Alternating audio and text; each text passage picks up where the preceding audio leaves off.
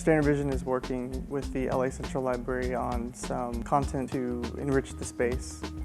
I regularly visited the library, and so it was like this dream project for me. Something that's always really inspired me is the historical library and just the visual forms in that space. And I saw this as a really great opportunity to dive into that and understand it on a deeper level and be able to pay homage to those historical art forms with a new digital art piece.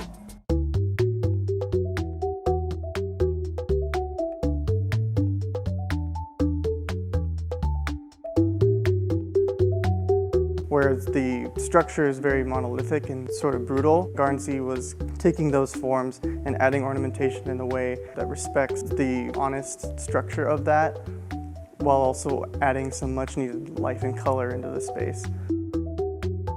There are 6 patterned rooms in the library that have unique ornamentation.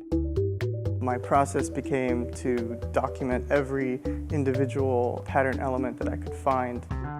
I've been taking all of the photographs and then recreating them digitally one by one, trying to keep as much of the original structure and authenticity of those as possible, including color and the geometry of them.